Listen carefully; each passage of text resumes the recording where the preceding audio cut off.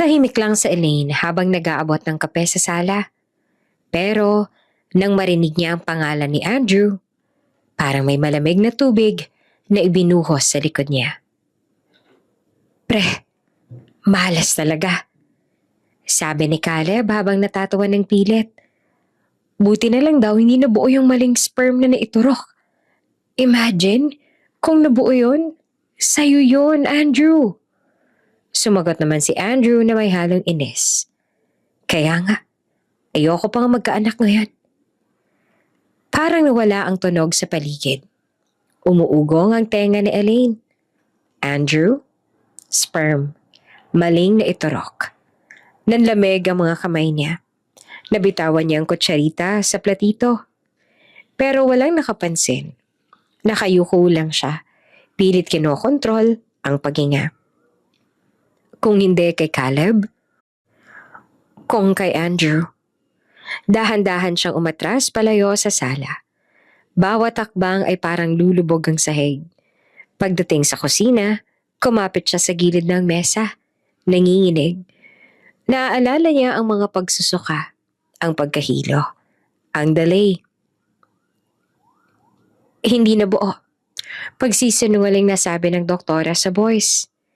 Pero bakit ganito ang pakiramdam niya? Gabing iyon mag-isa sa kwarto at nanginginig niyang kinuha ang pregnancy test na matagal niya nang tinatago. Ilang minutong tila 1 oras ang lumipas. 2 guhit. Napaupo siya sa sahig. Napahawak sa tiyan. Si Sir Andrew ang ama. Bulong niya at luhaan.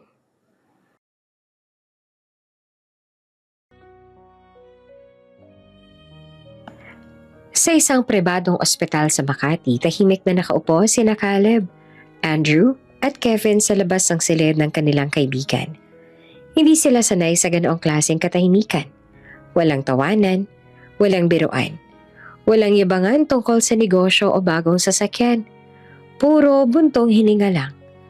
Sa kabilang side ng pader nakaratay si Marco, ang pinakamakulit sa kanilang grupo noon. Siya ang laging nangunguna sa mga lakad.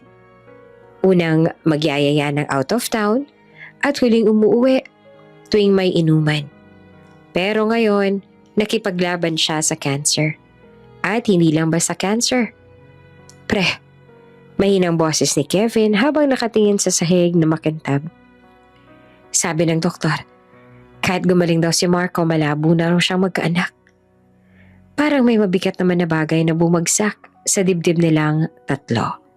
Si Andrew na laging kalmado at kontrolado, ngayon ay nakasandal sa pader. Nakapikit.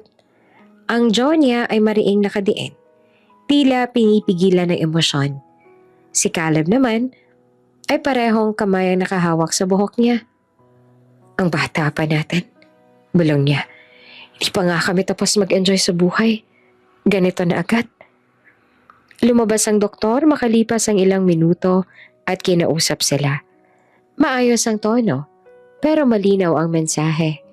May pag-asa si Marco na mabuhay. Pero maaaring tuluyan na siyang mawala ng kakayahang magkaanak dahil sa treatment. Pagkaalis ng doktor, walang nagsasalita agad. Hanggang si Andrew ang unang bumuntong hininga. We always think we have time, sabi niya na malamig pero may bigat. Time to build companies. Time to travel. Time to fall in love. Time to have kids. Tumingin siya sa dalawa. Pero wala palang kasiguraduhan. Si Kevin na kilala sa pagiging happy-go-lucky ngayon ay seryoso. Ano bang pwede natin gawin? Wala naman tayong kontrol sa ganitong bagay. Meron? Biglang sabi ni Caleb. Napalingon ang dalawa sa kanya. Magpa-freeze tayo ng sperm. Sandaling natahimik ang hangin sa pagitan nila. Insurance, dagdag ni Caleb. Pilit na nagpapakalma sa sarili. Habang bata pa tayo, habang healthy. At least may mangyari, di ba? May option tayo in the future. Napaisip si Kevin, parang ang bigat pakinggan. Pero may sense. Si Andrew ay hindi agad sumagot. Nakatingin lang siya sa glass window sa dulo ng hallway, kung saan tanaw ang city light sa gabi. Matagal siyang nanahimik bago tuluyang nagsalita. "Gawin natin?" sabi niya. "Not because we're ready to be fathers, but because we don't want regrets later." Ilang linggo matapos yon, sabay-sabay silang nagpunta sa isang high-end fertility clinic. Pribado, deskrito, walang media, walang usisa ng iba. Para kay Andrew at Kevin, praktikal na desisyon lang iyon. Parang pagkuha ng insurance policy o pag-invest sa stocks. Future security. Pero para kay Caleb, iba ang bigat. Sa kotse pa uwi, tahimik siya habang nagmamaneho si Andrew. Sa likod naman nakaupo si Kevin. Busy sa phone pero paminsan-minsan ay sumusulyap sa rear view mirror. "Pre, okay ka lang?" tanong ni Kevin. Tumango si Caleb pero halatang may iniisip. "Alam niyo namang only child ako," sabi niya. "At alam niyo rin kung gaanong ka-traditional ang parents ko." Nagkatinginan sina Andrew at Kevin. "Gusto na nila ng apo," diretso niyang sabi. "Like, soon." Napailing si Kevin.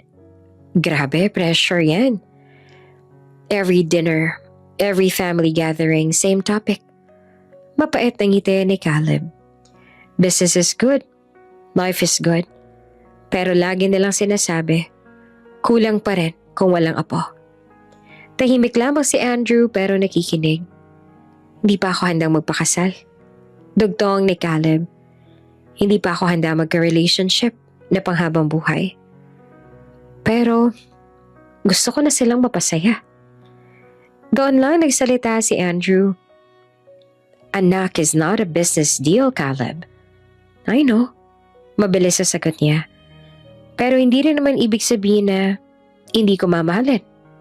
I just need a different way." Naging tahimik ulit ang sasakyan, pero ngayon ay mas mabigat.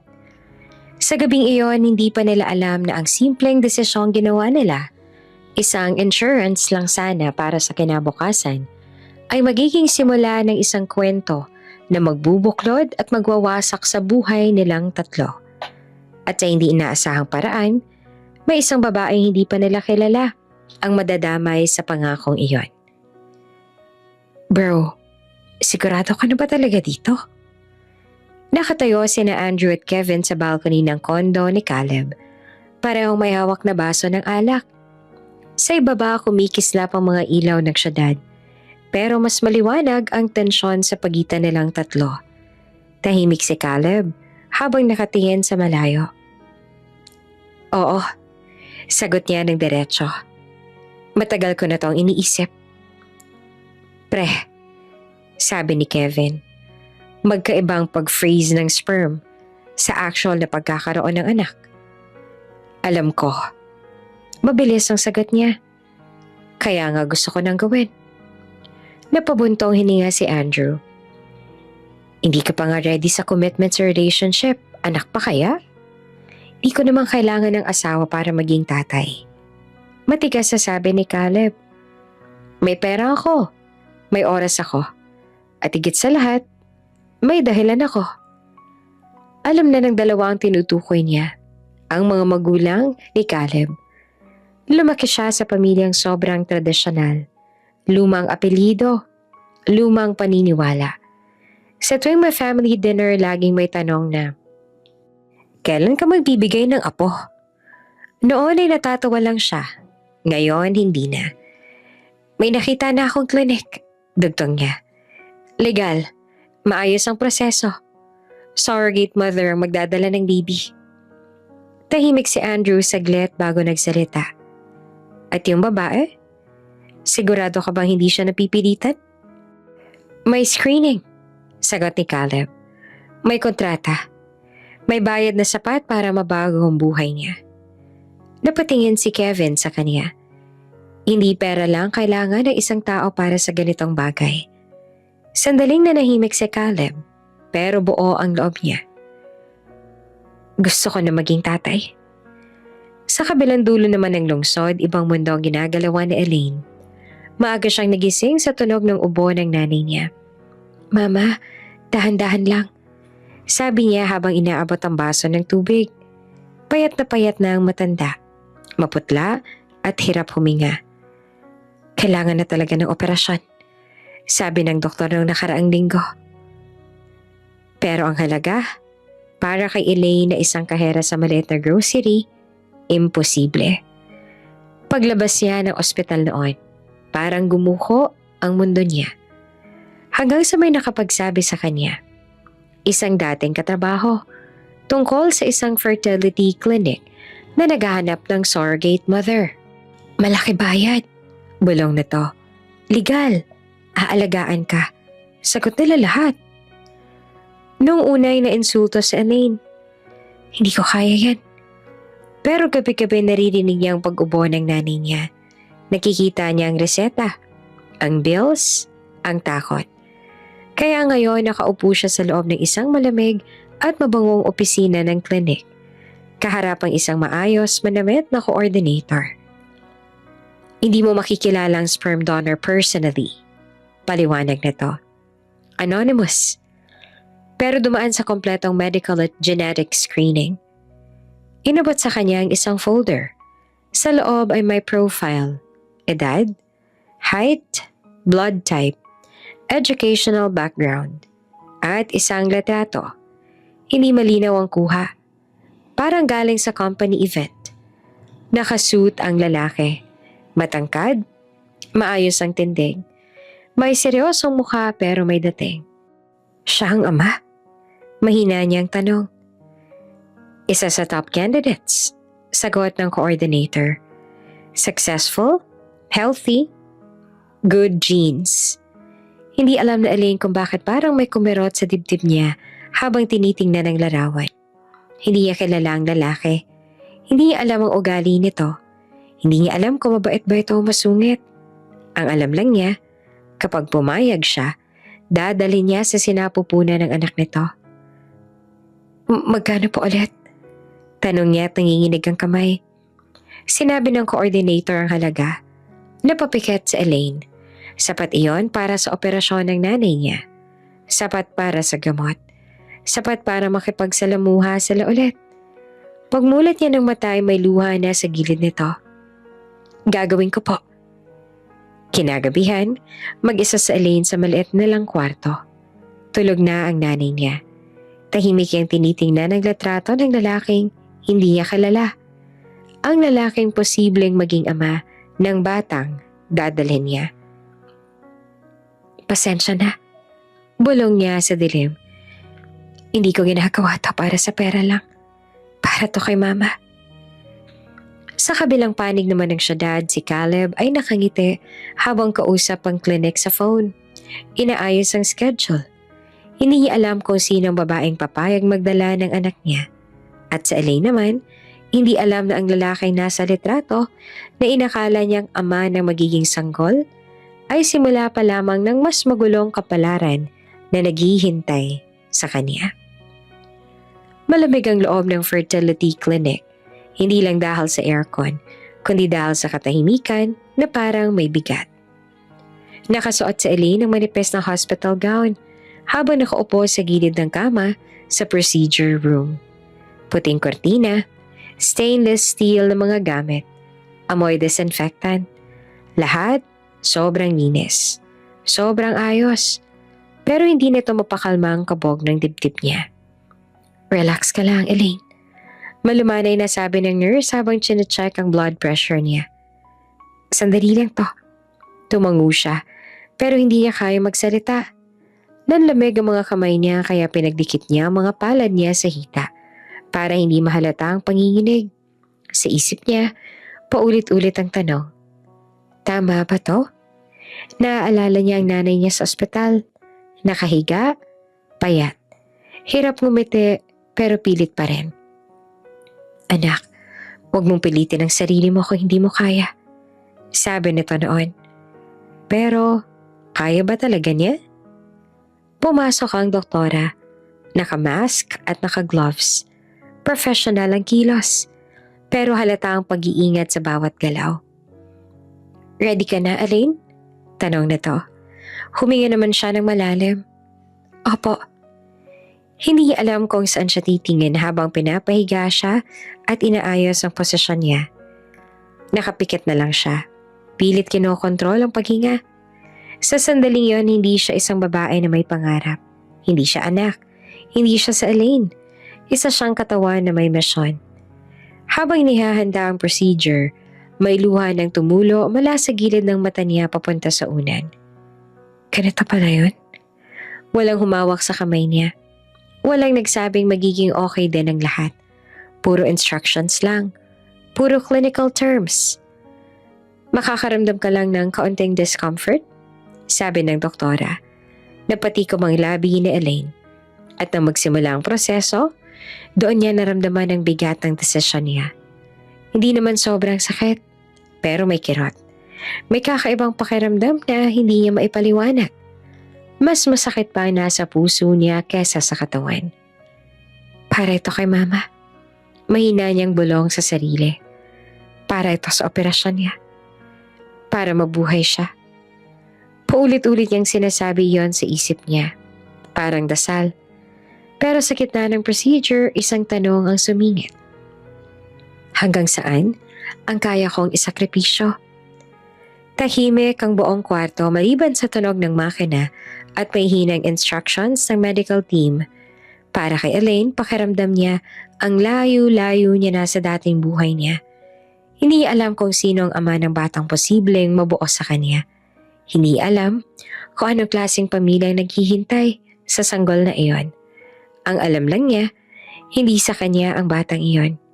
At iyon ang pinakamasakit. Sa kabilang side ng one-way glass, nakatayo ang doktora sandali matapos ang procedure. Tanggal ang mask, pero hindi ang kaba sa mukha niya. Sa mesa sa likod niya may ilang maliit na lalagyan ng mga labels. Maayos dapat ang sistema. Organized. Double-checked. Pero kanina, may saglit na kalituhan. Nasaan yung isa? Tanong ng assistant kanina. Pabulong pero halatang nag-aalala. Wait lang, ito ba yon? Sagot ng isa pa. Sandali lang yon. Ilang segundo. Pero sapat para magduda ang doktora. Ngayon, hawak niya ang clipboard. Paulit-ulit tinitingnan ang codes. Ang initials. Ang schedule. Hindi dapat nagkamali. Hindi pwede. Pinahid niya ang pawis sa noo kahit malamig ang paligid. Doc, okay na po ba lahat? Tanong ng nurse. Tumingin siya sa procedure room kung saan nagpapahinga na sa Elaine. Walang kaalam-alam. Oo, sagot niya. Pero hindi buo ang kumpiyansa sa boses niya. Sa loob-loob niya ay may kumikirot na takot. Paano kung? Hindi niya tinapos ang inisip niyang yon. Dahil sa kabilang kwarto, si Elaine ay tahimik na umiiyak. Iyakap ang tiyan. Pinatatatag ang sarili. Hindi niya alam na hindi lamang emosyon ang mabigat sa araw na yon. May isang pagkakamali na tahimik na nabuo. At ang magiging kapalit nito ay buhay na hindi na nila kayang bawiin. Mahigpit ang yakap na Elaine sa envelope na may laman ng paunang bayan habang palabas siya ng klinik. Maaliwalas ang araw sa labas, pero pakiramdam niya mabigat ang hangin. Tapos na. Isang hakbang na lang at makakapagsimula na ang paggaling ng nanay niya. Pero sa bawat hakbang palayo, parang may parte sa kanya na naiwan sa loob ng gusaling iyon. Hindi niya napansin na sa taas, sa likod ng tinted na bintana, may isang taong halos hindi mapakali. Ang doktora. Paulit-ulit niyang chinecheck ang records, ang codes ng sample, ang schedule ng pasyente, at doon niya tuluyang nakita ang hindi niya gustong makita. Magkaibang code, magkaibang donor. Hindi pwede. Balong niya at nanginginig ang kamay habang hawak ang papel. Ang sperm na naituro kay Elaine ay hindi mula kay Caleb. Kay Andrew iyon. Naupo siya. Parang nawalan ng lakas ng tuhod niya. Ilang segundo siyang nakatulala bago napahawak sa noo. Isang pagkakamali. Isang maling label. Isang buhay ang pwedeng mabuo dahil doon. Doc, Tanong ng assistant na halata namang kinakabahan na rin. Ano pong gagawin natin? Napapikit ang doktora. Tawagan niyo siya. Ngayon na. Habang nasa jeep sa Elaine pa uwi, tumunog ang luma niyang cellphone. Unknown number. Hello po? Miss Elaine, from the clinic po ito. Bigla namang kumabog ang dibdib niya. Opo. May ilang segundong katahimikan sa kabilang linya bago nagsalita ang doktora mismo. May maliit po kaming problema sa procedure kanina. Nanlamig ang batak na Elaine. Po, ano pong problema? Pinili ng doktor ang mga salita niya, pero ramdam ang tensyon. May possibility po na mali yung donor sample na nagamit. Parang may humila sa lupa pababa. Hindi ko po gets. Hindi po yung intended donor ang naiturok sa inyo. Diretso nitong sabi. At kung sakaling mabuo ang pregnancy, hindi po yan para sa original na client. Hindi agad nakapagsalita sa Elaine. Naririnig niya ang ingay ng kalsada, ang busina, ang tawanan ng mga tao. Pero parang malayo lahat. Ano pong ibig sabihin yan? Mahina niyang tanong. Kung mabuo ang bata. Sabi ng doktora na mas mahina ang boses. Mas mabuti pong i-terminate agad ang pregnancy. Sasagutin po ng clinic ang lahat.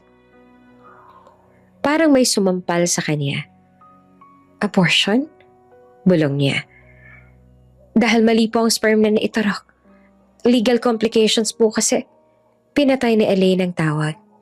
Hindi niya alam kung paano siyang nakauwi. Buong gabi siya nakaupo sa gilid ng kama ng nanay niya. Hawak ang kamay nito habang tulog. Tinititigan niya ang mukha ng ina, ang mahinang paghinga. Para dito ko ginawa yun. Tapos ngayon sasabihin sa kanya na ipalaglag kung sakaling may mabuo. Napahawak siya sa tiyan niya kahit wala pang malinaw na senyales. Sa kabilang banda ng lungsod, tahimik na nakaupo si Caleb sa opisina niya nang tumawag ang clinic. Sir, may kailangan po kaming ipaalam. Ikinwento ng doktora ang nangyari. Bawat detalye, bawat pagkakamali. Tahimik lamang si Caleb habang nakikinig. So, hindi akin? Tanong niya sa huli. Hindi po. Sa kaibigan niyo pong si Andrew ang sample. Napahawak si Caleb sa sentido. Alam ba niya? Hindi po. Tahimik ang linya. Sir, legally, huwag niyo munang sabihin kay Andrew. Putol niya agad. Pero sir, hindi pa nga natin alam kung buntis ba yung babae. Sabi niya at pilit na kalmado. Baka unnecessary panic lang. Ako nang bahala. Pagkababa ng tawag, napasandal siya sa upuan. Halo ang nararamdaman niya. Ginhawa na hindi siya may responsibilidad.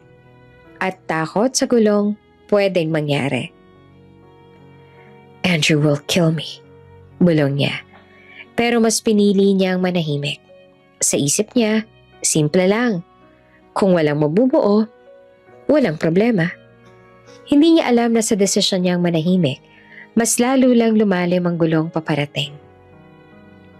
Tahimik ang opisina ng doktora pero ang isip niya ay parang may bagyong umiikot. Nakaupo siya sa harap ng computer. Paulit-ulit na tinitingnan ang medical file na Elaine. Blanco pa ang resulta. Masyado pang maaga para makumpirma kung may nabuo. Pero hindi iyon ang problema niya. Ang problema, ang pagkakamali. Isang maling sample, isang maling injection, isang posibleng buhay, at isang lisensyang pwedeng mawala. Napahawak siya sa noo. Ilang araw na siyang halos hindi makatulog. Bawat tunog ng phone napapapitlag siya. Bawat email, kinakabahan siya at baka may reklamo na. Pero wala. Dahil ang taong may pinakakarapatang magreklamo, si Andrew. Walang kaalam-alam. Huminga siya ng malalim at denial ang numero ni Caleb. Hello? Doc? Sagot agad nito. Pinili niyang patatagin ang boses. Sir, may update po. Sandaling katahimikan. Buntis na ba? Wala pa pong confirmation, sagot niya. Pero base sa initial monitoring, mataas ang chance na hindi nag-take ang embryo. Ilang segundo ulit ang tahimik. So, hindi nabuo? Tanong ni Caleb na may halong pag-asa. Pinikit ng doktora ang mata bago sumagot. Most likely, hindi po. Isang kasinungalingan. Ramdam niya ang bigat nito sa dibdib. Pero mas mabigat para sa kanya ang takot na maimbestigahan. Masira ang pangalan niya. Mawala ang career na pinaghirapan niya ng matagal. Sa kabilang linya, narinig niya ang malalim na buntong hininga ni Caleb. Oh, thank God. Pero sir, dagdag niya, we will still need to monitor. Just in case. Yeah. Just keep me posted. Pagkababa ng tawag na pasandal ang doktora sa upuan, nanginginig ang mga daliri niya. Isang problema ang pansamantalang naitago. Pero may isa pang mas malaking problema. Hindi na niya makontak sa Elaine.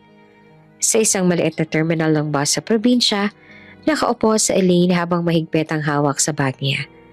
Katabi niya ang nanay niya na mahina pero nakangiti. Dahil sa wakas, may pambayad na sa operasyon. Hindi na siya bumalik sa dati nilang boarding house. Hindi na rin siya sumagot sa mga tawag mula sa klinik. At higit sa lahat, pinalitan niya ang SIM card niya. Habang tinitingnan niya ang lumang cellphone na patay na ang signal, pakiramdam niya parang pinutol niya ang isang bahagi ng nakaraan niya. Anak, okay ka lang ba? Mahinang tanong ng nanay niya. Ngumiti siya ng pilit. Opo, ma. Pagkatapos ng operasyon niyo, magiging maayos din ang lahat. Pero sa loob-loob niya, may takot na hindi niya masabi. Simula nang tawagan siya ng doktora at sabihing ipalaglag kung sakali mang may mabuo, hindi na siya mapalagay. Gabi-gabi napapahawak siya sa tiyan niya kahit wala pang malinaw na pagbabago. Isang gabi mag-isa siya sa CR nang inuupahan nilang maliit na kwarto malapit sa ospital. Nakaupo siya sa gilid ng kama matapos sumuka dahil sa hilo. Pinunasan niya ang bibig at dahan-dahan napaupo sa sahig. Please, bulong niya. Hindi niya alam kung kanino. Huwag naman sana. Pero kahit na may takot, may isang bagay siyang sigurado. Hindi niya kayang ipalaglag. Hindi niya alam kung bakit. Hindi naman niya anak ang dapat na batang yun. Hindi siya ang ina sa papel. Wala siyang karapatan. Pero sa tuwing naiisip niya ang posibilidad na may nabubuong buhay sa loob niya, may kakaibang proteksyon na bumabalot sa puso niya. Napayakap siya sa sarili habang tahimik na umiiyak. Hindi ko kaya, bulong niya. Kahit sabihin nilang mali, hindi ko kaya. Sa labas ng bintana may mga ilaw ng sasakyan na dumadaan. Tuloy ang mundo. Tuloy ang buhay ng ibang tao. Pero para kay Elaine, pakiramdam niya mag-isa lang siya sa dilim. Hindi niya alam na sa kabilang dulo ng syudad, ang mga lalaking konektado sa batang posibleng dinadala niya ay natutulog ng payapa. Walang kaalam-alam sa katotohanan. At ang doktora naman, nakatingin sa kisame ng kwarto niya. Gising pa rin. Inuusig ng konsensya. 3 tao, 3 sekreto, at isang kasinungalingan na unti-unting lalago, kasabay ng isang buhay na pilit pinili ni Elaine na protektahan. Bitbit ang isang lumang maleta at isang plastic envelope ng mga papeles, nakatayo sa Elaine sa harap ng napakalaking gate. Matangkad, itim, may gold na detalye. Sa loob ay tanaw ang malawak na bakuran at isang modernong mansyon na parang pelikula. Hindi siya sanay sa ganitong lugar. Dito po ba yung trabaho? Mahina niyang tanong sa guard. Oo, ikaw ba si Lina? Sagot nito. Saglit naman siyang natigilan bago tumango. Lina, iyon ang pangalang ginagamit niya ngayon. Hindi na Elaine. Mas safe, mas mahirap hanapin. Pinapasok siya at inalalayan papunta sa main door. Habang naglalakad siya sa sapintadong daan, napatingin siya sa paligid. Maayos na hardin, fountain sa gitna, at malalaking bintana na kumikislap sa araw. Parang ibang mundo, naisip niya. Pagkapasok niya sa loob, lalo siyang nanliit. Marble ang sahig, mataas ang kisame, at may chandelier sa gitna ng sala. Ikaw ba yung bagong helper? Napalingon siya sa isang babaeng nasa early 40s. Maayos manamit, mukhang house manager. Opo, mahina niyang sagot. In-interview ka na sa agency, di ba? Stay in ka dito. General cleaning, konting luto, at minsan mag-aabot ng kape sa boss. Tumango sa Elaine. Opo, kaya ko po. Isang tao lang naman ang amo mo. Tahimik at laging busy. Huwag mo na lang istorbohin kung hindi kailangan. Hindi niya alam kung bakit. Pero may kakaibang kaba sa dibdib niya. Pwede na ho ba akong magsimula ngayon? Tanong niya. Ngumiti naman ang manager. Actually, may good news ka. Pinayagan ng boss ang advance sa sahod mo. Po? 6 months ka agad. Diretso sa bank account mo. Nanlaki ang mata niya. Halos hindi siya makapaniwala. Sapat na yon para sa nanay mo, hindi ba? Dagdag pa ng manager. Bigla namang napayuko sa Elaine. Opo, maraming salamat po. Sa loob-loob niya ay parang nabunutan siya ng tinik. May pambayad na sa ospital. May gamot na si mama. May pag-asa. Pero may kapalit. 6 na buwan. 6 na buwang kailangan niyang itago ang sarili. Kinahapunan pinakita sa kanyang maliit na kwarto sa likod ng bahay. Maayos na rin. May sariling CR, may kama, may cabinet. Mas maayos pa kesa sa dati niyang tinutuluyan.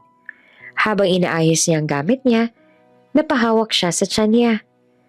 2 linggo na mula sa procedure. Minsan nahihilo siya, minsan nasusuka. Hindi niya alam kung nervyos lang ba o hindi pa siya nakapagpa-check ulit. Takot siyang malaman. 6 na buwan lang. Bulong niya sa sarili. Pagkatapos nito, aalis na ako. Kahit buntis pa ako, makakahanap ako ng paraan. Planado niya na ang lahat. Mag-iipon, aalis bago lumaki ang tiyan. Magpapanggap na may uuwian sa probinsya. Kaya niya to. Para sa nanay niya, para sa batang maaaring nasa loob niya. Lina, napapetlag siya sa tawag. Nasa kusina siya noon at inaayos ang tray ng kape. Opo, sagot niya at hindi pa nakatingin. Dad mo sa study.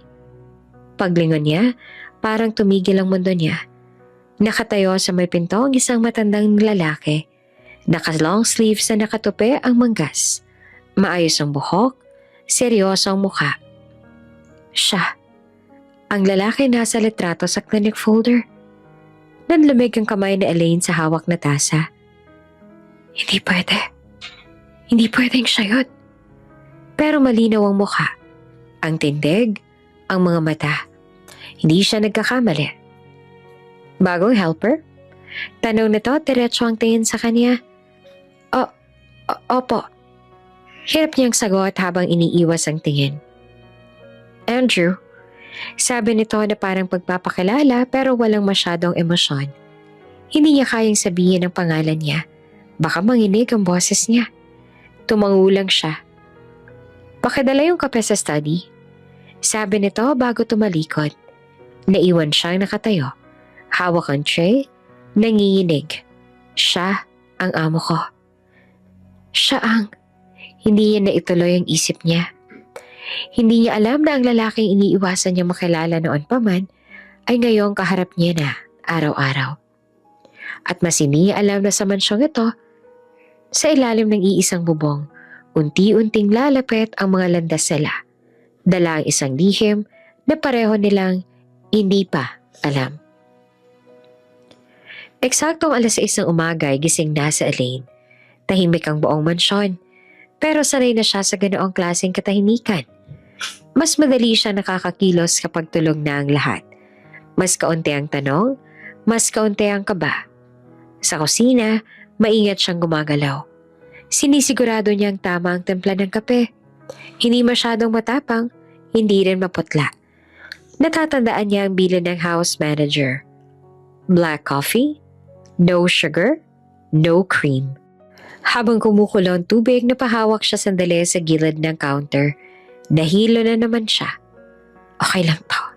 Umaga lang. Bulong niya sa sarili. Mabilis siyang bumawi. Hindi pwedeng magkasakit. Hindi pwedeng magpahinga. O magpahina. Dinala niya ang kape sa study room kung saan madalas nagtatrabaho si Andrew kahit maaga pa. Bahagya siyang kumatok. Sir, kape po? Pasok. Mahina niyang tinulak ang pinto. Nandoon naman si Andrew sa likod ng malaking desk. Nakatutog sa laptop. May kausap na headset. May mga papeles na nakakalat sa mesa at halatang kulang sa tulog. May bahagyang eye bags at hindi pa maayos ang buhok. Nilapag niya ang tasa sa tabi. Hindi niya napansin. Sanay na siya. Paglabas niya, may kakaibang kirot sa dibdib niya. Hindi niya alam kung bakit siya nasasaktan sa simpleng hindi pagpansin. Siguro dahil alam niya kung sino ito. Siguro dahil masyado siyang maraming alam tungkol sa lalaki ito na wala namang alam tungkol sa kanya. Tanghali na pero hindi pa rin lumalabas si Andrew sa study. Nasa kusina sa lane. Nakatingin sa tray ng pagkain na inihanda. Grilled chicken, gulay, at sabaw. Hindi na naman kakain. Bulong ng isang kasambahay. Ganyan talaga si Sir. Kapag may project, wala nang paghinga. Napatingin sa Elaine sa orasan. 2:00 na. Tahimik siyang umakyat at kumatok ulit. Ngunit walang sagot. Dahan-dahan niyang binuksan ang pinto at nakatulog si Andrew sa desk. Nakasandal sa upuan. May headset pa rin sa tenga. Pero patay na ang call. Saglit siyang natigilan. Sa unang pagkakataon, inibos ang nakita niya. Isang pagod na tao. May bahid na lungkot ang mukha nito kahit tulog. Parang hindi laging may pasan. Dahan-dahan siyang lumapit at hininaan ang aircon. Kinuha niya ang jacket na nakasabit sa likod ng upuan at marahang inilagay sa balikat nito. Hindi niya napigilang magsalita ng mahina. Sir, kain po muna kayo. Mamaya. Akala niya tulog pa rin ito. Pero gumalaw si Andrew. Anong oras na? Paos ang boses. 2:00 na po. May lunch po sa baba. Bahagyang kumunot ang noon nito. I'll eat later. Baka po sumakit ang tiyan ninyo. Hindi niya napigilang sabihin. Napatingin nito sa kanya. Medyo iritado. I said later. Napayuko siya agad. Opo, pasensya na po. Mabilis siyang lumabas. Pero pagkapasara ng pinto, napahawak siya sa dibdib niya. Bakit ba ako nangingialam? Trabaho ko lang naman to. Kinagabihan, pasado 10:00 na, pero bukas pa rin ang ilaw sa study. Habang nagliligpit si Elaine sa kusina at hindi siya mapakali. Buong araw, halos kape lang iniinom ni Andrew.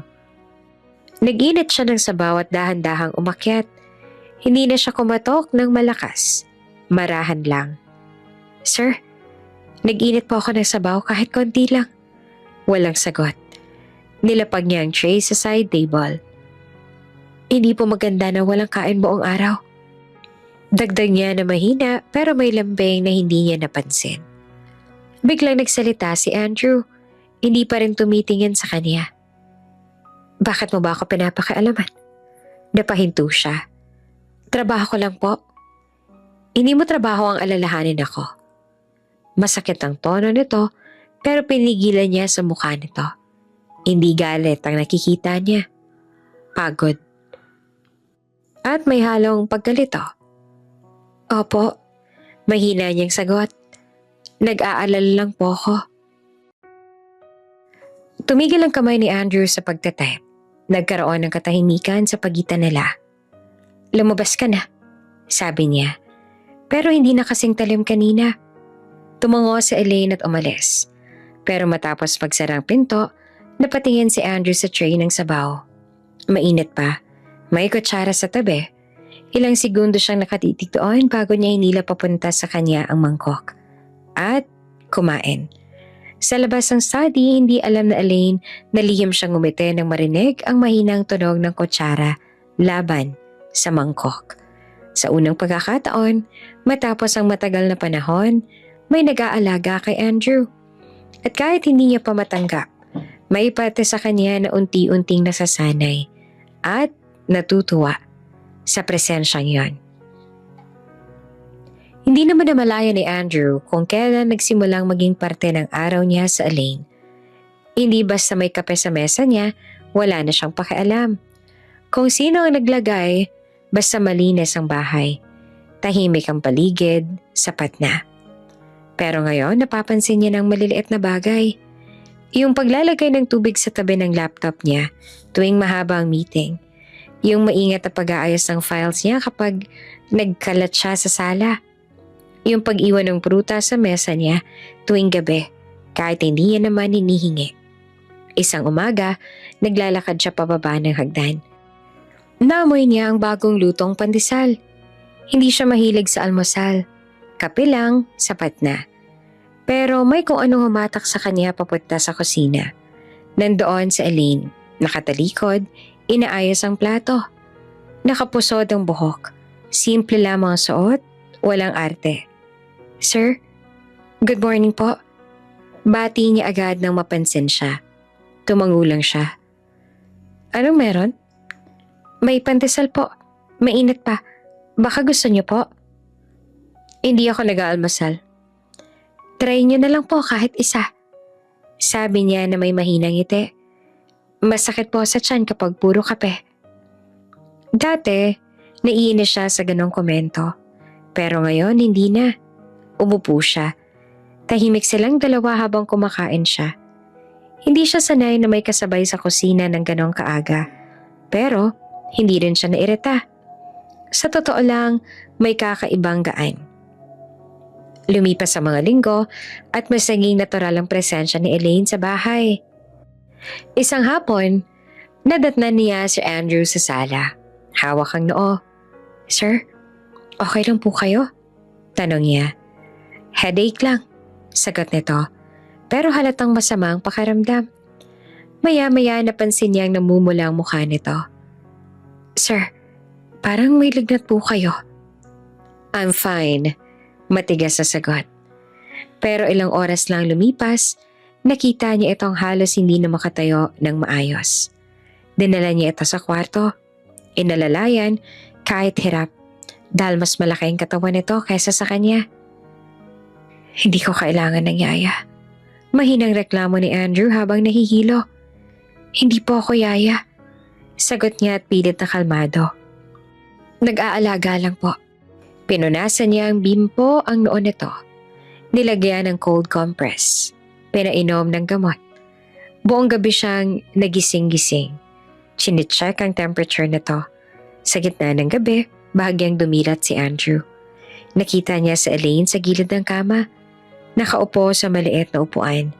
Nakayuko habang hawak ang thermometer. Bakit gising ka pa? Paos siyang tanong. May lagnat pa po kayo, sagot niya. Kailangan ng bantayan. Tahimik siyang tinitigan ni Andrew. Sa dami ng taong nakapaligid sa kanya, empleyado, business partners, social climbers, walang gumawa ng ganito para sa kanya. Walang nagbantay. Walang nag-aalala ng ganito. Lina, tawag niya na mahina. Opo. Hindi niya alam kung dahil ba sa lagnat o sa pagod o sa biglang dami ng emosyon na matagal niya nang kinikimkim. Bigla niyang hinawakan ang kamay nito. Napatigal si Elaine. Bago pa siya makapagsalita, bahagyang hinila siya ni Andrew palapit. At sa isang sandaling puno ng kahinaan at pagkalito, nahalikan niya ito. Mabilis lang. Pero sapat na para tumigil ang mundo na Elaine. Nanlaki ang mata niya pero hindi siya agad nakaalis. Ramdam niya ang inat ng noon nito, ang bigat ng paghinga, Ang lambot ng sandaling matagal na palang gustong maramdaman ang puso niya kahit hindi niya inaamin. Pagkaraan ng ilang segundo, parang natauhan si Andrew. "Sorry," agad niyang sabi at umatras. "Lagnat lang to. I didn't mean to." Parang may malamig na tubig na bumuho sa dibdib ni Elaine. "Okay lang po," sabi niya pero mahina ang boses. Hindi siya umalis kaagad. Tinapos pa rin niya ang pag-aalaga. Pero simula noon, may nagbago. Kinabukasan, maaga siyang bumaba para maghanda ng almusal. Tahimik siyang kumikilos. Pero magulo ang isip niya. Paulit-ulit sa utak niya ang halik. Hindi niya dapat binigyan ng kahulugan. Hindi siya dapat umasa. About last night, narinig ang sabi ni Andrew mula sa likod. Napaharap siya. "I was sick. I wasn't thinking straight." Diretso nitong sabi. "I'm sorry if I made you uncomfortable." Ngumiti siya ng pilit. Hindi po, sir." Pero sa loob niya, mas masakit pala ang paghingi ng tawad kesa sa halik mismo.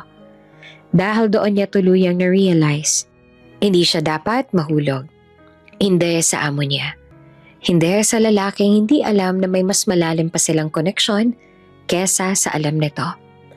Pero kahit na anong pilit niya, unti-unti na talagang lumalapit ang puso niya. "Lina, ikaw nang bahala sa pag-aayos ng guest room, ha?" "Opo." Normal na umaga sa mansyon, pero hindi normal ang pakiramdam na Elaine. Habang pinupunasan niya ang salamin, bigla siyang napahawak sa ulo niya. Parang umiikot ang paligid. Huminto siya sandali. Pumikit, tsaka huminga ng malalim. "Huwag ngayon, please. Huwag ngayon." Mula pa noong nakaraang linggo, madalas na siyang nahihilo. Minsan, bigla na lang siyang nasusuka. Minsan naman sobrang pagod kahit kakagising lang. Alam niya na ang sagot. Pero hanggat hindi niya naririnig mula sa doktor, pilit niyang nilalabanan ng katotohanan. Sa CR, sa likod ng kusina, tahimik siyang nagsusuka. Pinunasan niya ang bibig niya, tiningnan ng sarili sa salamin. Namumutla siya. "Okay lang to," bulong niya sa sarili. "Kaya ko pa." Paglabas niya, may pares ang matang nakatitig sa kanya. Si Maribel, isa sa mga mas matagal ng kasambahay sa bahay. Hindi niya alam kung bakit, pero mula nang dumating siya, ramdam niya na ang lamig ng tingin nito. "May sakit ka ba?" tanong nito, pero walang pag-aalala sa boses. Wala po, nahilo lang." "Baka buntis ka." Biro nito, pero may kakaibang tono. Para namang may sumaksak sa dibdib ni Elaine. Ngumiti siya ng pilit. "Hindi po." Pero simula noon, mas lalo niyang naramdaman ang presensya ni Maribel. Laging may matang nakatingin. Laging may nakikinig. Hapon na, nagtawagin siya ni Andrew sa study. Pagpasok niya, napansin niyang matagal itong nakatingin sa kanya bago magsalita. "Pumayat ka," sabi nito. Napakurap siya. "Po, hindi ka ba kumakain ng maayos?" Opo, kumakain po ako." Parang namumutla ka lagi. Ngumiti siya. "Okay lang po ako, sir. Sanay lang po siguro sa pagod." Hindi siya tinanggalan ng tingin ni Andrew. May kung anong hindi niya mabasa sa mga mata nito. Pag-aalala o simpleng obserbasyon lang. "Kung may sakit ka, magpatingin ka," sabi nito. "Hindi ako kukuha ng empleyadong mahina ang katawan." Masakit ang salita. Pero hindi niya yon pinansin. "Opo, sir." Sagot niya naman agad. Sa loob-loob niya ay nanginginig siya. Pag nalaman niya, isang buntis sa katulong, siguradong tatanggalin siya. Hindi niya kayang mawala ng trabaho. Hindi pa ngayon. Hindi habang umaasa pa ang nanay niya sa perang pinapadala niya. Hindi habang hindi pa siya sigurado kung paanong haharapin ang mundong may batang darating. Kinagabihan, naglalabas siya sa likod ng bahay nang biglang sumakit ang puso niya. Napaupo siya sa maliit na bangko, pinipigilan ng kirot. "Anong drama na naman yan?" Napalingon siya at nandoon si Maribel, nakahalukip-kip. Wala po, sagot niya at pilit tumatayo. Hindi ka bagay dito. Diretso nitong sabi. Simula nang dumating ka, ikaw laging napapansin na sir. Nanlaki ang mata ni Elaine. Hindi po totoo yan. Akala mo hindi ko nakikita? Singhal nito. Yung pag-abot mo ng pagkain. Yung pag-akyat baba mo sa study. Yung pag-aalaga mo nung nagkasakit siya. Hindi siya nakasagot. Mag-ingat ka. Bulong na Maribel. Dito sa bahay, hindi tumatagal ang mga katulong na masyadong malapit sa amo. Umalis ito pero naiwan si Elaine na nanginginig. Hindi lang pala siya nagtatago ng sekreto. May mga matang handang maglantad nito. Gabing iyon, nakahiga siya sa maliit niyang kwarto. Iyakap ang unan. Mahina niyang hinimas ang tiyan niya. Please, kapit lang.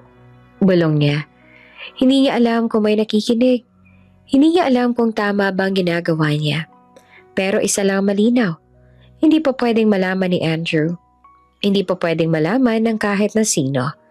Dahil kapag nalaman nila ang totoo, hindi lamang trabaho ang mawawala sa kanya.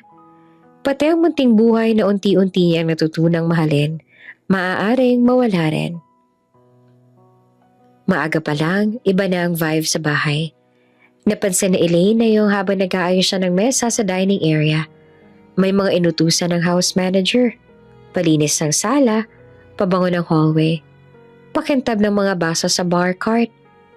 Hindi ito yung normal na tahimik lang na araw. May bisita si sir, sabi ng house manager habang chinecheck ang listahan ng gagawin. 2, mga kaibigan niya.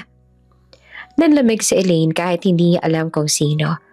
Pero nung narinig niya ang kasunod na sinabi, si Mr. Caleb at si Mr. Kevin.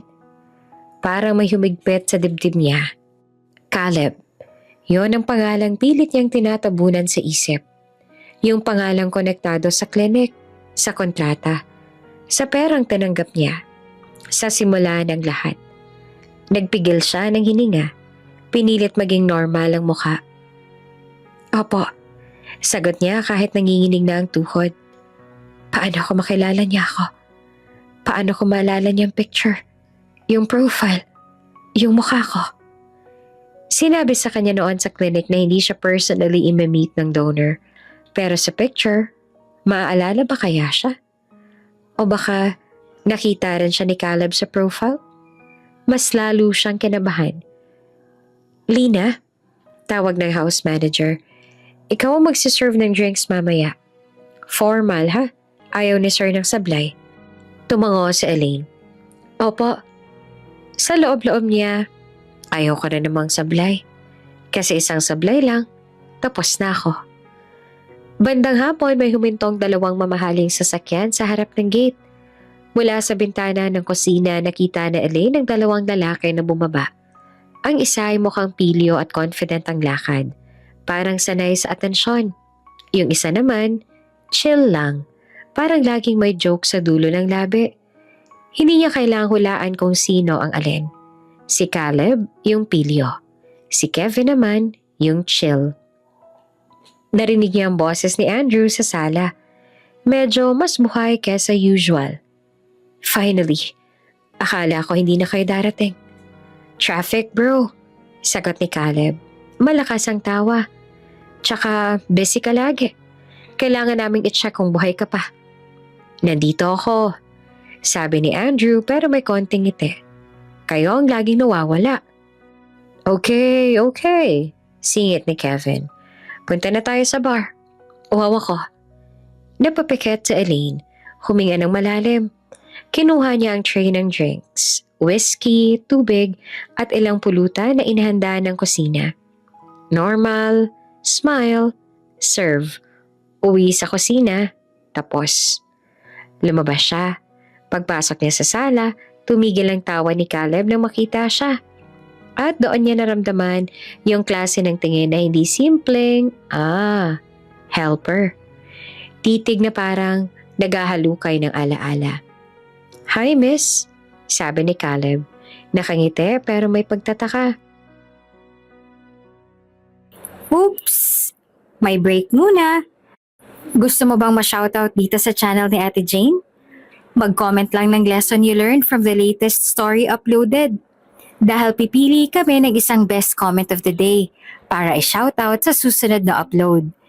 Kaya huwag kalimutang mag-iwan ng lesson you learned after you watch this video. Maraming salamat! Shoutout nga pala kina Marino Docayag from Austin, Texas at Nora Valdeweza. Sa ating mga taga-subaybay, paki-comment naman po sa baba kung taga saan kayo para alam ko kung hanggang saan umaabot ang mga kwento ni Ate Jane at para ma-shoutout ko rin kayo sa mga susunod pa nating mga kwento. Maraming salamat sa pakikinig.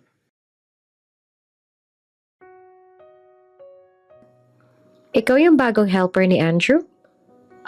Opo, sagot na Elaine. Pinilit hindi manginig ang boses. Ako po si Lina. Lina? Hindi, Elaine. Tumango naman si Caleb, pero hindi inalis ang tingin kay Lina. Inulit niya, parang tinatandaan. Parang familiar ka. Nanlamig sa Elaine. Siguro po, mukha lang po akong common. Tumawa si Kevin. Bro, lahat naman ng babae familiar sa'yo, tigilan mo nga. Pero hindi tumawa si Caleb. Mas lalo lang niyang tinitigan sa Elaine. Mula ulo hanggang paa na parang may hinahanap sa itsura niya.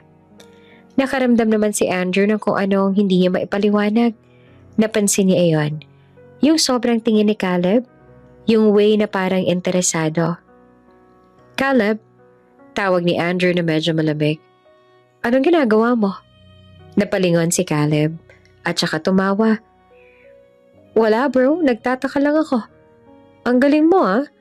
Ngayon ka lang kumuha ng helper pero... Tiningnan ulit niya sa Elaine.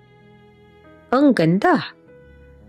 Parang may sumikip sa dibdib ni Andrew. Hindi niya alam kung bakit gusto niyang sagutin agad. Pero pinigilan niya ang sarili. Serve lang. Sabi ni Andrew kay Elaine na mas maiksi ang tono. Tumango naman si Elaine at mabilis na nag-serve pero ramdam niyang nanginginig ang kamay niya. Buti na lang at di natapon kahit isang patak. Pagkatapos ay umiwas na siya pabalik sa kusina. Pero hindi siya nakalayo.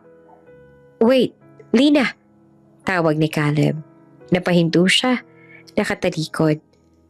Sorry, sabi ni Caleb. Mas mababa ang boses. Parang sinasadya niyang gawing casual. May tanong lang. Taga saan ka? Nanlaki ang mata ni Elaine. Bakit siya nagtatanong? Taga-probinsya po. Sagot niya na piniling general. Anong probinsya? Basta po. Pilit niyang ngiti. Hindi po kasi ako sanay sa Maynila. Tumawa si Caleb. Cute. Ilang taon ka na? Caleb, putol ni Andrew na mas malamig na. Helper ko yan, hindi mo yan date. Nagtaas ng kamay si Caleb, kunwaring sumuko. Okay, curious lang naman. Grabe ka naman, bro. Si Kevin ay nakangiti lang habang umiinom. Ayan, nagsiselos na si Andrew. Hindi ako nagsiselos. Mabilis namang sagot ni Andrew, pero halatang defensive. Si Elaine hindi na nakapagsalita. Yumuko na lang siya at bumalik sa kusina. Pagkapasok niya, doon siya huminga ng malalim. Halos nanginginig. Naaalala niya ba ako? O nagkataon lang? Gusto niyang mawala. Gusto niyang magtago. Pero hindi niya pwedeng iwan ang trabaho. At mas lalo hindi niya pwedeng magpakita ng takot. Sa sala, naging mas maingay ulit ang kwentuhan ng tatlo. Business, investments, travel, mga bagay na malayo sa mundo na Elaine. Pero kahit na ganon, napapansin ni Kevin ang kakaibang mood ni Andrew. Mas tahimik siya kaysa usual, mas irritable. Bro, sabi ni Kevin, okay ka lang? Parang iba yatang timpla mo ngayon. Okay lang, sagot ni Andrew. Pero nakatingin siya sa direksyon ng kusina kahit sarado ang pinto. Si Caleb may pilyong ngiti. Ako? Okay na okay. Interesting yung helper mo, ha? Bumigat lalo ang tingin ni Andrew. Anong ibig mo sabihin? Wala, sagot ni Caleb. Pero may halong asar. Basta, hindi ka na pala masyadong cold May tao nang nag-aalaga sa'yo dito. Tahimik si Andrew.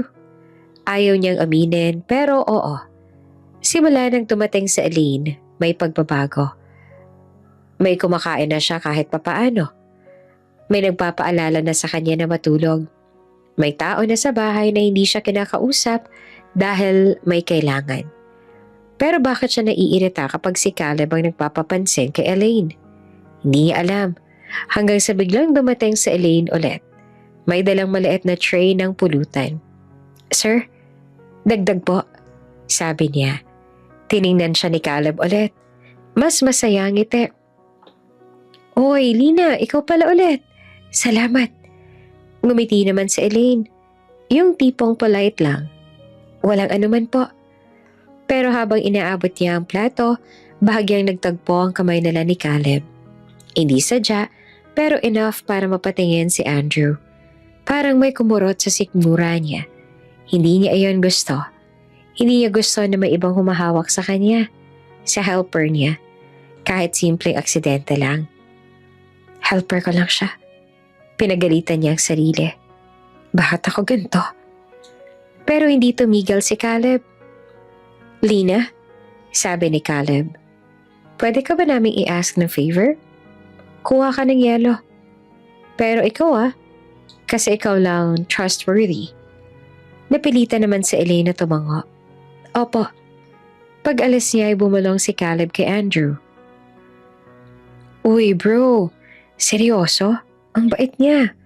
At ang cute. Mukhang type ka niya. Tumigil ka nga. Sabi ni Andrew pero hindi na siya tumingin kay Caleb. Nakatitig siya sa pintuan ng kusina na para bang gusto niyang sundan sa Elaine. Tumawa si Kevin. Type siya?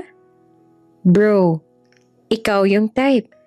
Kita mo mukha mo parang gusto mong manakal. Hindi ako. Huwag mo nang i-deny. Sabi ni Caleb na nakangisi. Baka may gusto ka sa katulong mo. Doon na natigilan si Andrew. Parang may tumama sa kanya. May gusto? Hindi imposible. Pero naaalala niya yung gabing may lagnat siya. Yung halik na hindi niya maintindihan hanggang ngayon. Yung pakiramdam na komportable siya kapag nandyan sa Elaine. Yung pagkain na inuubos niya kasi siya ang nagluto. Yung bahay na mas bahay ngayon. At yung inis niya kapag si Caleb ang nag-aalok ng ngiti kay Elaine. Hindi siya makapagsalita. Si Kevin ngumiti na parang nanalo sa hula. Ayan, tahimik na siya. Pagbalik na Elaine dala ang yelo, pinilit niyang iwasan ng tingin ni Andrew. Pero ramdam niya ang bigat ng tingin nito. Hindi niya mawari kung galit ba or kung ano. Si Andrew naman hindi na halos makinig sa kwento ng dalawa. Ang nasa isip niya lang, bakit siya naaapektuhan? At sa gitna ng ingay ng tawanan at baso, doon niya unang inamin sa sarili niya. Kahit pa unti-unti lang, may nararamdaman na siya kay Elaine at hindi niya alam kung anong gagawin niya doon. Mas lumalim ang gabi, mas lumuwag ang usapan. Nasa sala pa rin sina Andrew, Caleb at Kevin. Nakabukas na ang pangalawang bote ng alak at mas casual na ang tono nila. Nakaupo si Andrew sa armchair, habang si Caleb naman nakahiga halos sa couch. At si Kevin nasa sahig, nakasandal sa sofa. Sa kusina, tahimik na naguhugas ng baso sa Elaine. Pero dinig niya ang halakhakan mula sa sala. Sinubukan niyang huwag makinig. Pero may mga salitang kusa talagang lumalapit sa tenga mo. Pre, naaalala mo ba yung clinic? Biglang sabi ni Kevin. Napatingin naman si Andrew. Anong clinic?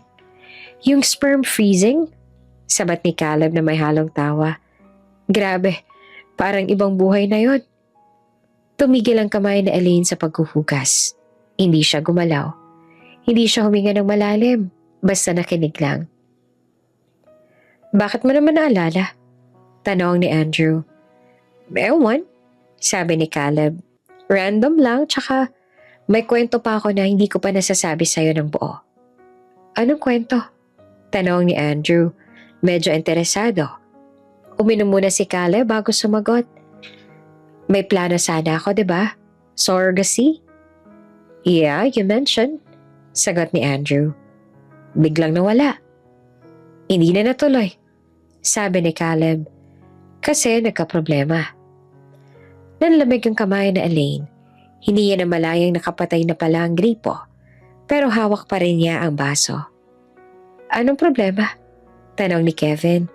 Kunwari hindi alam pero halatang gusto rin marinig ulit. May mali raw sa clinic, sabi ni Caleb. Maling sperm daw ang naiturok sa surrogate. Nanigas sa Elaine. Parang may malamig na hangin na dumaan sa likod niya. Sa sala, natahimik sandali si Andrew. What do you mean maling sperm? Hindi sa akin, diretso sagot ni Caleb. Hindi sa akin yung naturok. Sa'yo daw pala. Parang may nahulog sa loob ng dibdib ni Elaine. Si Andrew. Wait, what? Tumaas ang kilay ni Andrew. Yeah, sabi ni Caleb. Parang biro lang ang tono. Ikaw sana ang tatay nun kung nabuo. Natawa si Kevin, pero medyo alanganin. Grabe no, imagine. Sumandal si Andrew at halatang hindi natuwa. So, may babaeng nabuntis dapat gamit ang sperm ko na hindi ko alam? Relax, mabilis sabi ni Caleb. Sabi naman ng doktora, hindi daw nabuo, buti na nga lang daw. Sa kusina ay napahawak sa Elaine sa gilid ng lababo. Hindi nabuo? Pero bakit ganito ang nararamdaman niya araw-araw? Good, sabi ni Andrew na malamig ang boses. Kung nabuo yun, I would have sued the clinic. Nabigla si Kevin sa tono niya. Grabe ka naman. Grabe, ulit ni Andrew. They used my sperm without my consent for an actual pregnancy? That's not small. Tahimik si Caleb. At saka, dagdag ni Andrew na mas mababa ang boses pero mas matalim. Sasabihin ko talaga sa babae na wag na lang ituloy kung sakali. Parang may tumusok sa puso na Elaine. Wag ituloy. Hindi pa ako ready na magkaanak. Tuloy pa ni Andrew. At hindi ako papayag na may batang lalabas sa mundo na wala sa plano ko, no? Sa kusina, hindi na naririnig ni Elaine ang kasunod. Parang may ugong sa tenga niya. Si Andrew ang ama. Si Andrew may-ari ng sperm na maling na iturok sa kanya. Si Andrew ang lalaking unti-unti niyang minahal. At ang lalaking nagsabing ipapa-abort niya kung may nabuo. Napabitaw ang kutsarita ang hawak niya. Malakas sa katahimikan ng kusina. Hey, okay ka lang ba dyan? Sigaw ni Kevin mula sa sala. Oo po. Mabilis sa sagot na Elaine. Pinilit maging normal ang boses. Pero nanginginig na siya. Dahan-dahan siyang umatras palayo sa lababo. Parang lulubog ang sahig sa bawat hakbang. Hindi siya makahinga.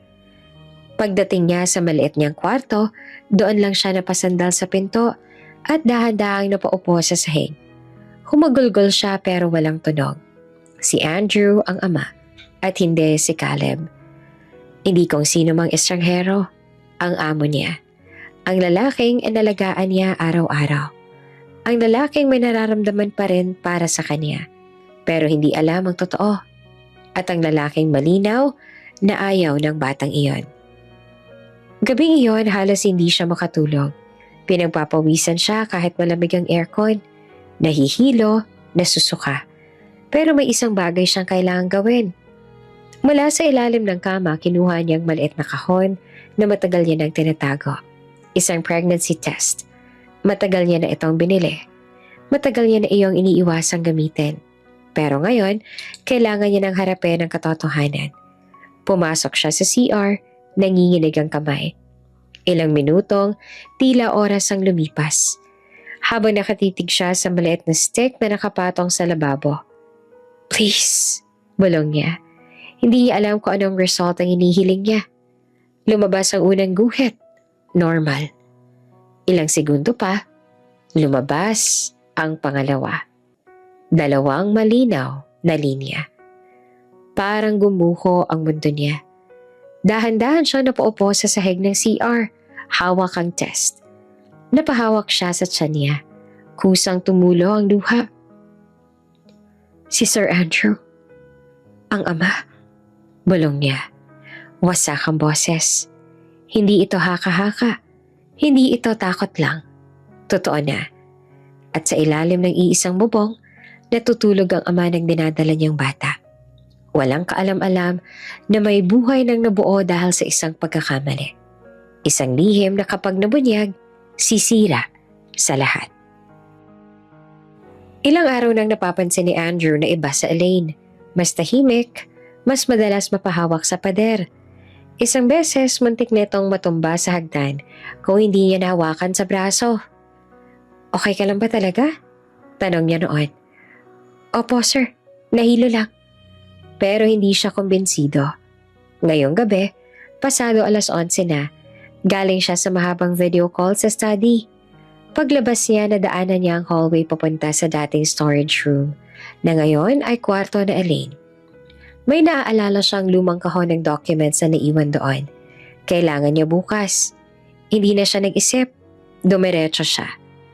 Bahagya niyang tinulak ang pinto at doon siya napatigil.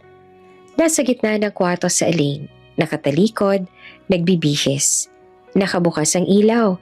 Napalingon ito. Gulat na gulat. Sir, mabilis siyang napaatras. Sorry, I'm sorry, hindi ako kumatok. Isinara niya agad ang pinto. Pero ang puso niya kumakabog. Hindi niya alam kung dahil ba sa hiya o sa biglang alo ng emosyon na hindi niya mapangalanan. Bumalik siya sa kwarto niya pero hindi siya mapakali. Paulit-ulit sa isip niya ang mukha ni Elaine. Yung pagkaputla nito, yung pagod sa mga mata, yung paraan ng pagtingin nito sa kanya nitong mga nakaraang araw.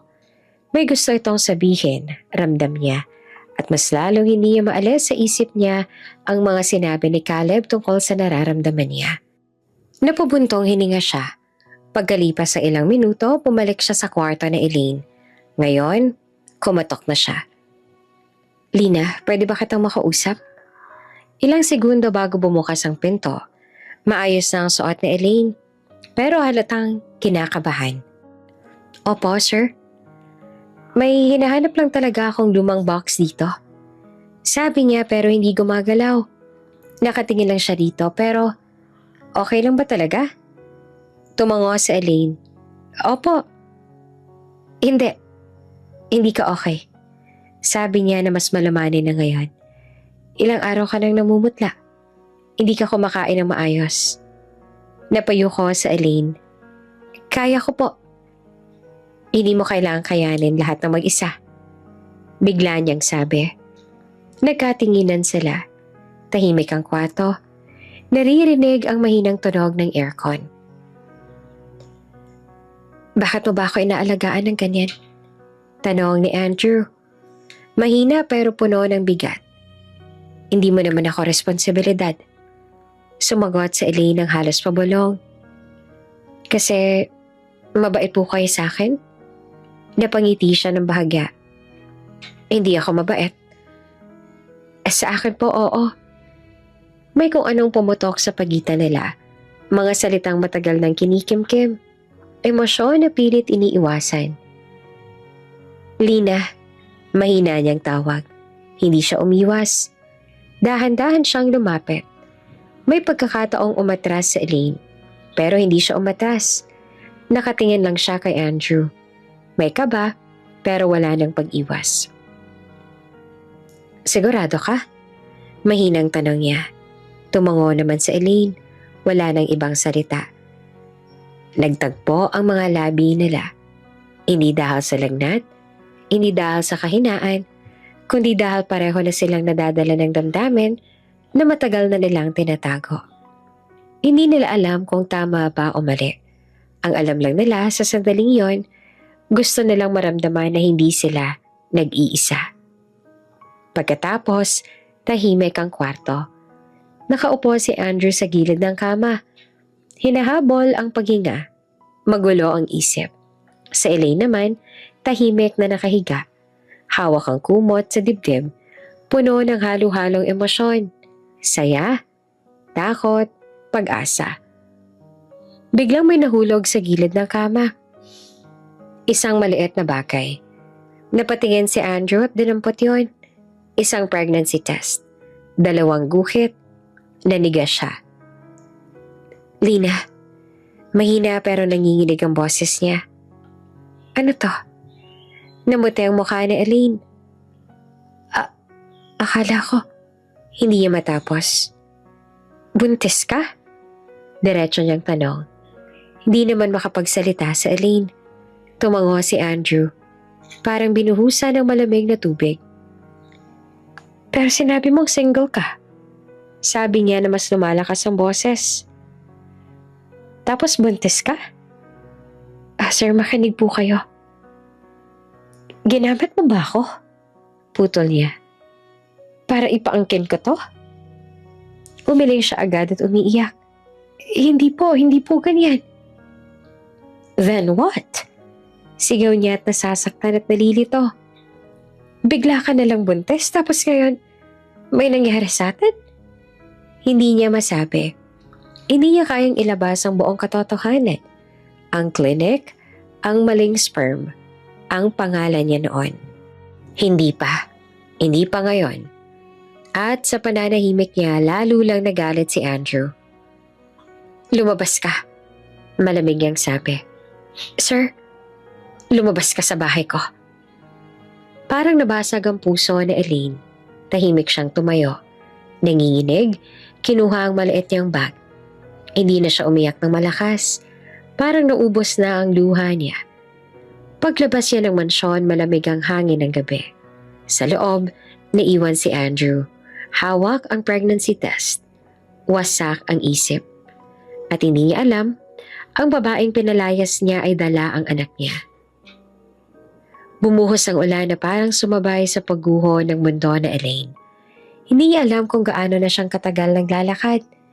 Basa na ang buhok niya at ang damit niya, pati ang maliit na bag na bitbit niya. Hindi niya maramdaman ang lamig. Mas malamig ang sakit sa dibdib niya. Paulit-ulit sa isip niya ang mga salitang binitawan ni Andrew. Ginamit mo ba ako? Lumabas ka sa bahay ko. Hindi niya na ipaliwanag. Hindi niya nasabi ang totoo. At ngayon, mag-isa siya, buntis. Walang pera, walang matutuluyan. Napahawak siya sa tiyan niya habang naglalakad sa gilid ng kalsada. Sorry. Bulong niya at hindi niya alam kung kanino. Sa bata ba? Sa sarili? O kay Andrew? Sa di kalayuan may nakita siyang maliit na simbahan. Bukas ang gate. May ilaw sa loob. Parang may tumawag sa kanya. Pumasok siya. Tahimik ang loob, amoy kandila at lumang kahoy. May ilang madre na nagliligpit ng mga upuan. Anak? Tanong ng isang madre nang makita siya. Okay ka lang ba? Doon na bumigay sa Elaine. Napahagulgol siya, pero pilit pa rin pinipigilan ng boses. Lumapit ang madre at inalalayan siya paupo. Buntis po ako, sabi niya sa pagitan ng hikbi. Wala po ako mapuntahan. Hindi na nagtanong ang madre. Hinawakan lang ang kamay niya. Dito ka muna, sabi nito ng marahan. Walang umaalis dito na walang tutuluyan. Sa maliit na kwarto sa likod ng kumbento, doon siya natulog ng gabing yon. Umiiyak pa rin siya hanggang makatulog. Pero sa unang pagkakataon matapos siyang palayasin, may bubong siyang nasisilungan. Kinabukasan, maaga siyang nagising sa tunog ng kampana. Tahimik siyang umupo sa kama. Hinimas ang tiyan niya. Hindi kita iiwan, bulong niya. Kahit wala na siyang gusto sa atin. Simula noon tumulong siya sa mga madre. Sa kusina, sa paglilinis, sa pag-aayos ng mga donasyon. Hindi sila nagtatanong ng sobra. Sapat na sa kanila na may isang babaeng nangangailangan ng pahinga at proteksyon. Araw-araw may dasal si Elaine. Hindi niya hinihiling na bumalik si Andrew. Ang hinihiling niya lang na sana maging ligtas ang bata. Samantala sa mansyon hindi naman nakatulog si Andrew. Nasa mesa pa rin niya ang pregnancy test. 2 guhit. Hindi niya alam kung galit ba siya, nasaktan, o natatakot. Hindi siya sanay mawala ng kontrol. At ngayon, pakiramdam niya, ginamit siya. Niloko. Pero may isang parte ng isip niya na bumubulong. Hindi ganon sa Elaine. Pinilit niyang itaboy ang ideyang yon. Hanggang sa dumating kinaumagahan sina Caleb at Kevin ulit. Nasaan yung helper mo? Bungad ni Caleb pagpasok pa lang. Umalis. Maikling sagot ni Andrew. Umalis? Bakit? Tinanggal ko. Nagkatinginan sina Caleb at Kevin. Bro, bakit? Tanong ni Kevin. Hindi agad sumagot si Andrew. Buntis siya. Bigla niyang sabi. Nanlaki ang mata ni Caleb. What? May pregnancy test sa kwarto niya. Tuloy ni Andrew. Malamig ang tono. Tingin ko ginamit niya ako. Tahimik si Caleb. May kung anong pumasok sa isip niya. Anong pangalan niya? Tanong niya bigla. Lina. Lina lang? Tumango si Andrew. Napahawak naman si Caleb sa ulo niya. Bro, pwedeng siya yung surrogate. Napalingon si Andrew. Anong sinabi mo? Yung babaeng naturukan ng maling sperm? Sabi ni Caleb. Mabilis na ang hininga. Hindi ko yan nakita ng personal. Pero may picture sa file. Ramdam ni Andrew ang lamig na gumapang sa batok niya. Hindi mo sinabing may nangyari pala talaga. Sabi ni Kevin. Kasi nga sabi ng doktora, di ba, hindi na buo? Sagot ni Caleb. Nanginginig na rin ang boses. Pero kung siya yun, parang may unti-unting nagdudugtong sa isip ni Andrew. Ang pagkakaputla na Elaine, ang pagsusuka, ang takot sa mga mata nito, at ang pregnancy test. Imposible, bulong niya. Call the doctor, sabi ni Caleb. Agad na tinawagan ni Andrew ang klinik. Doc, malamig yung bungad ang sumagot ang doktora.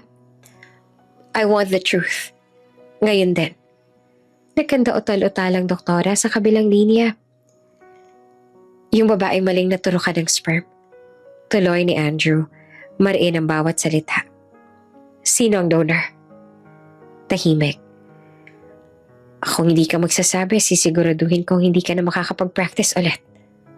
Dagdag pa niya. Napahikbi ang doktora sa kabilang linya. Sir, kayo po. Parang gumuho ang sahig sa ilalim ni Andrew. Kayo po ang sperm donor na naiturok. Hindi po kay Sir Caleb. Napaupo siya. Bakit hindi niyo sinabi? Tanong niya na halos pabulong. Nagpanik po ako, sir. Natakot po ako na mawala ng lisensya. Sinabi ko po kay Sir Caleb na hindi na buo. Tapos hindi na namin makontak yung babae pagkatapos naming sabihin na ipa-abort kong mabuo. Nanlabo ang paningin ni Andrew. Si Elaine, mag-isa. Sinabihan na ipalaglag ang bata at pinalayas pa. Shoot! Bulong ni Caleb na nakahawak sa ulo.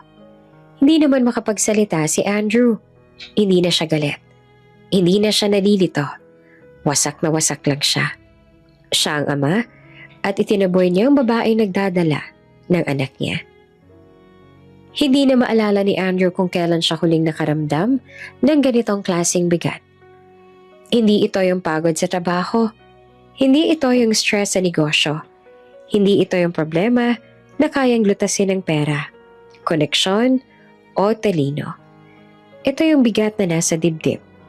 Yung tipong kahit huminga ka, parang kulang ang hangin. Buong gabi siyang nakaupo sa study. Hawak ang cellphone, paulit-ulit tinitingnan ang lumang CCTV clip sa hallway ng mansyon.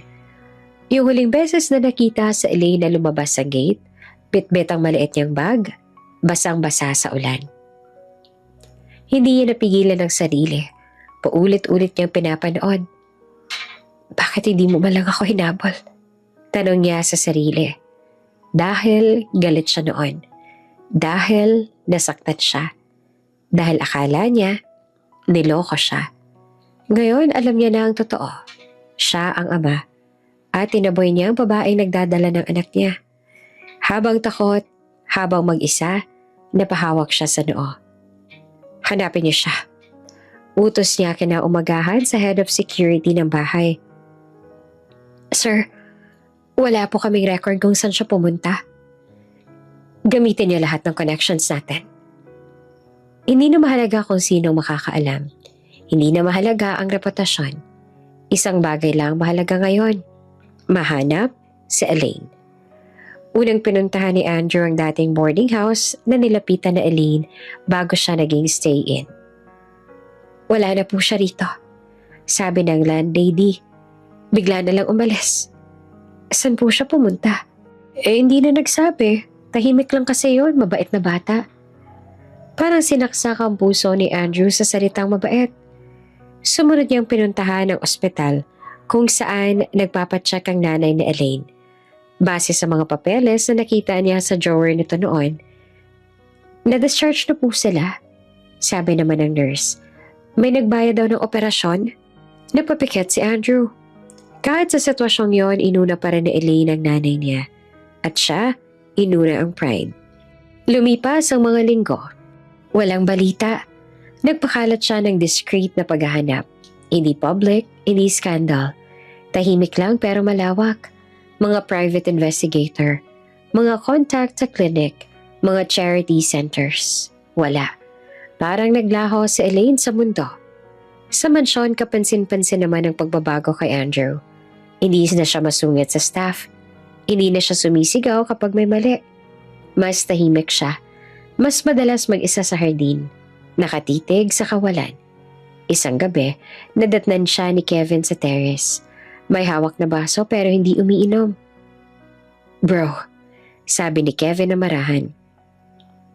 Hindi mo kasalanan ng lahat. Tinaboy ka siya habang buntis siya sa anak ko. Sagot ni Andrew ng paos. Anong tawag doon? Tahimik si Kevin. Ni hindi mo lang ako nagtanong. Dagdag ni Andrew. Ni hindi ko malang siya pinakinggan. Hindi mo pa alam noon. Pero alam ko na ngayon. Sagot niya. At wala na siya. Samantala sa isang tahimik na kumbento sa probinsya, unti-unting lumalaki ang tiyan na Elaine. Simple lamang ang buhay niya roon. Gigising siya ng maaga para tumulong sa kusina. Maghuhugas ng gulay, mag-aayos ng mga donasyong damit. Minsan tumutulong siya sa maliit na klinik ng simbahan. Tagahawak ng kamay ng mga pasyente. Tagabigay ng tubig. Magpahinga ka anak. Madalas sabihin ng isang madre. Buntis ka. Ngumiti lang siya. Kaya ko pa po. Pero tuwing gabi, pag isa na lang siya sa maliit niyang kwarto, doon lumalabas ang pagod. Hinahaplos niya ang tiyan niya. Malapit na tayo, bulong niya. Hindi niya alam kung hinahanap pa siya ni Andrew. Hindi niya alam kung may pakialam pa ba ito. Pero pinili niyang huwag umasa. Mas madaling mabuhay kapag wala kang inaasahan. Sa simbahan, hindi siya tinatanong tungkol sa ama ng bata. Hindi siya hinuhusgahan. Tinatanggap lang siya. At sa gitna ng katahimikan, unti-unti siyang natututong maging matatag. Hindi para sa sarili niya, kundi para sa batang nasa loob niya. Lumipas ang mga buwan. Sa mansyon ay mas lalo lang lumalim ang pagsisisi ni Andrew. Isang araw, may dumating na report mula sa isa sa mga taong inutusan niyang maghanap. Sir, may lead po. May babaeng buntis na tumutulong sa isang kumbento sa Laguna. Tugma po sa description. Hindi na niya hinintay matapos ang detalye. Ayusin niyang sasakyan. Ngayon na. Habang nasa biyahe, hindi siya mapakali. Paano kung ayaw na siya makita na Elaine? Paano kung huli na ang lahat? Paano kung may nangyari na sa bata? Napapikit siya at mahigpit na hinawakan ng manibela. Please, bulong niya. Sa unang pagkakataon, hindi sa business deal, hindi sa presentation, kundi sa Diyos na hindi niya madalas kausapin. Bigyan mo lang ako ng chance na maitama ito. Sa kabilang dulo naman ng daan, Sa tahimik na kumbento na hindi niya pa nakikita, may isang babae nakaupo sa ilalim ng puno. Hawak ang tiyan niya. Nakangiti habang kinakausap ang batang dinadala niya. Hindi niya alam na papalapit na ang lalaking matagal niyang minahal. Dala ang pagsisisi, pag-asa at isang pusong handa ng umako ng responsibilidad. Madaling araw magsimula ang sakit. Tahimik ang buong kumbento, pero sa maliit na kwarto sa likod ng lumang gusali na paupo sa Elaine sa kama, hawak ang tiyan niya. Napahadaing siya at mahina. Akala niya ay simpleng kirot lang, pero ilang minuto pa, mas lumakas, mas regular. Kumapit siya sa gilid ng mesa habang pilit na humihinga ng malalim.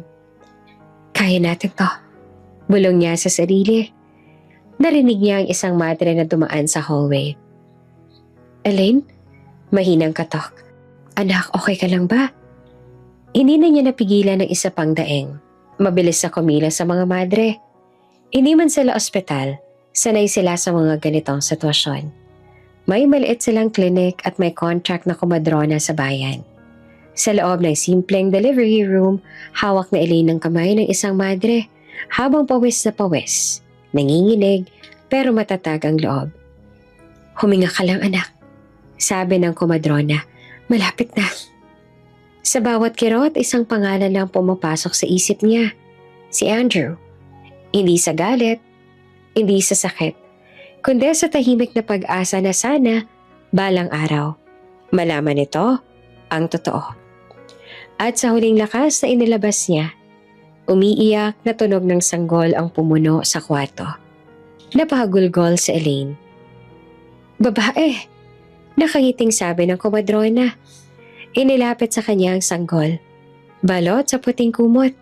Maliit, mainit, buhay. Napahawak siya sa pisngi nito. Luhaang nakangiti. Hello? Bulong niya. Andito na si Mama. Kinabukasan, pagod pero masaya ang mga madre. May bago ng sanggol sa kumbento. Bihira pero laging espesyal. Nasa maliit na silid si Elaine. Nagpapahinga habang yakap ang baby niya. May mahinang katok sa pinto. Anak, sabi ng madre. May kakaibang ngiti. May bisita ka. Nagulat siya. Bisita po? Tumango ang madre at dahan-dahang binuksan ang pinto. At doon tumigil ang mundo na Elaine. Nakatayo sa may pintuan si Andrew. Payat, halatang hindi natutulog ng maayos. Pero malinaw ang mga mata. Puno ng emosyon na hindi niya pa nakitang ganito katindi noon. Hindi agad siya nakapagsalita. Hindi rin sa Elaine. Tanging tunog ng mahinang paghinga ng sanggol ang maririnig. Elaine? Mahinang tawag niya. Parang nabasag ang pader na matagal niyang tinayo sa puso niya. Napuno ng luha ang mga mata niya. Paano mo ko nahanap? Bulong niya. Hindi ako tumigil maghanap. Sagot niya na paos ang boses. Lumapit siya ng dahan-dahan. Parang natatakot na baka mawala ulit siya kapag masyado siyang mabilis kumilos. Napatingin siya sa sanggol, sa bisig ni Elaine. Nanlambot ang tuhod niya. Siya ba? Hindi niya matapos. Tumango sa Elaine, umiiyak. Anak mo. Doon ay tuluyan ang tumulo ang luha ni Andrew. Hindi siya umiyak noong pinalayas niya sa Elaine. Hindi siya na umiyak nung malaman niya ang totoo. Pero ngayon, sa harap ng maliit na buhay na hindi niya inakalang magkakaroon siya, napaiyak siya na parang bata. Sorry, bulong niya na paulit-ulit. Sorry, Elaine. Ang dami kong mali. Hindi kita pinakinggan. Hindi kita pinotektahan. Umiiyak na rin sa Elaine. Ayoko tang lokohin, sabi niya. Nagtakot lang ako. Hindi ko alam paano sasabihin sa'yo. Lumapit si Andrew at dahan-dahang hinawakan ng pisngi niya. Hindi ka nagkulang. Ako ang nagkulang.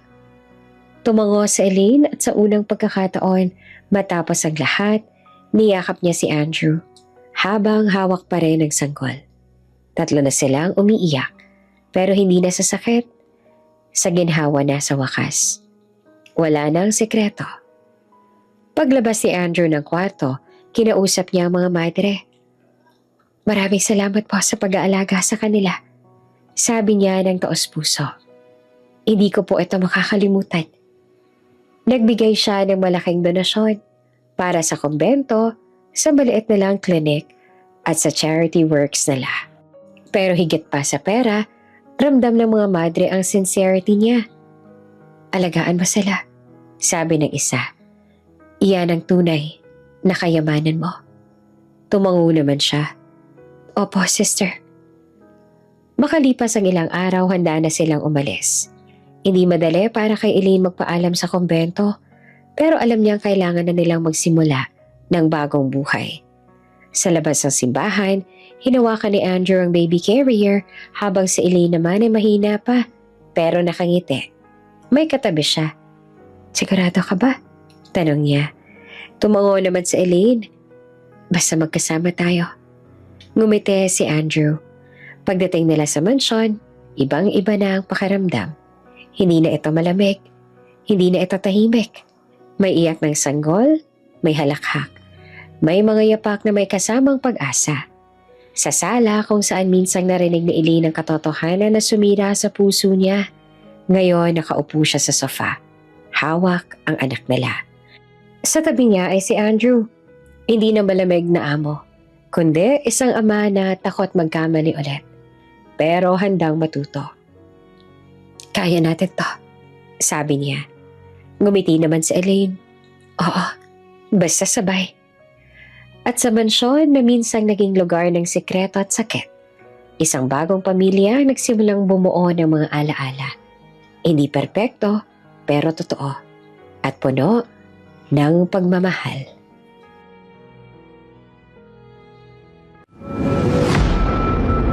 Kung bago ka pa lang sa channel na ito, Ate Jane TV, huwag kalimutang pindutin ang notification bell and subscribe button. Sana po hindi naman malaking abala sa inyo ang pagpindot ng subscribe button dahil ang kapalit po nito ay ang pagsuporta para makapag-produce ng mga libreng stories sa mga channels ni Ate Jane. Maraming salamat!